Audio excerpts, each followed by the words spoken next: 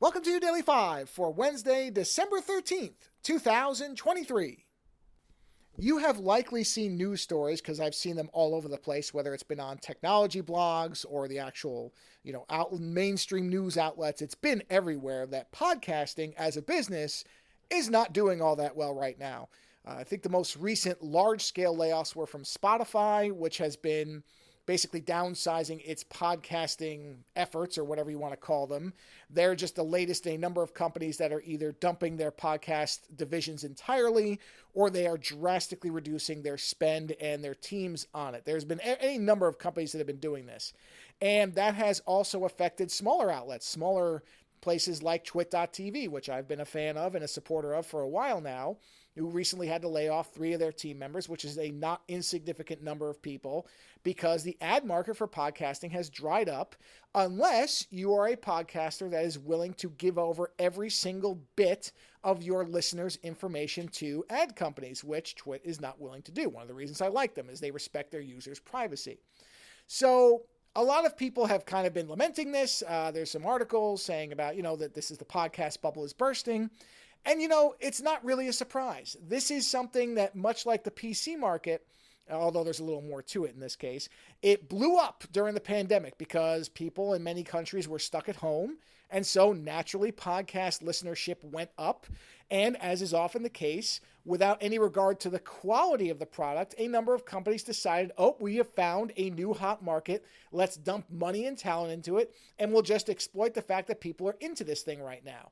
And what you saw a flood of, and there still are many of these, are shows that are basically the same thing in terms of, there's different segments of it, but one big one that I really can't stand is celebrities interviewing celebrities. Oh, goody.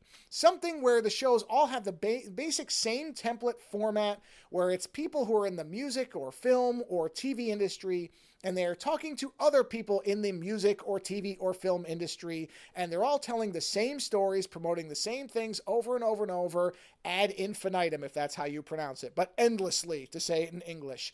And it's something where as soon as you hear one of these things, you've heard them all.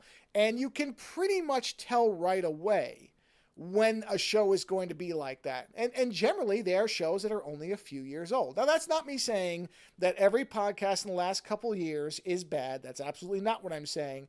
But there is definitely a copycat or a cut and paste feeling to many of these quote-unquote high-profile podcasts that have launched, where it is, again, somebody whose name you know interviewing somebody else whose name you know. And, gee whiz, if you listen to a couple of these, especially when you notice that the same people show up on all of them, you will detect that the same stories are being told, or variations thereof. Certain things, of course, will change. If somebody worked with somebody else on one particular show, then that may not be what they talk about on the other show, but somehow they'll have stories about their time working together, and it's boring. You kind of get through it all very quickly. My wife and I listened to these for a while, and we kept bouncing around throughout different ones, and we generally were trying to listen to shows where people we liked appeared, but even that really kind of faded quickly, because even there, most of the people, their stories kind of became repetitive. And even if they were interesting people, they sort of get the same questions. They're all very safe. They're all very contained within this box where no one wants to say anything that might get them some kind of publicity other than positive.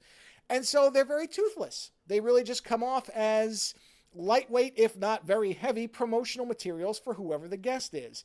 And this was something you saw everywhere. And even within podcast networks, they would start cannibalizing their own content, where you would just hear promos for shows and you would sit there and think, well, isn't that a lot like the show I'm listening to now, just with a different person's voice involved? Can that really last? And of course, no, it couldn't. None of this is a surprise. Artificial inflation because of a worldwide pandemic, coupled with the fact that many of these shows had next to no imagination, and people are shocked that the bottom fell out? Of course it did.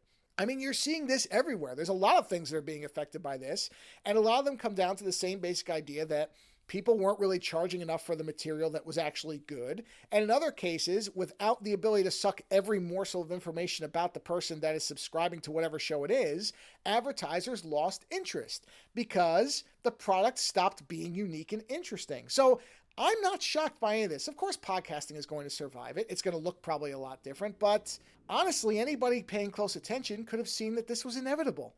Later.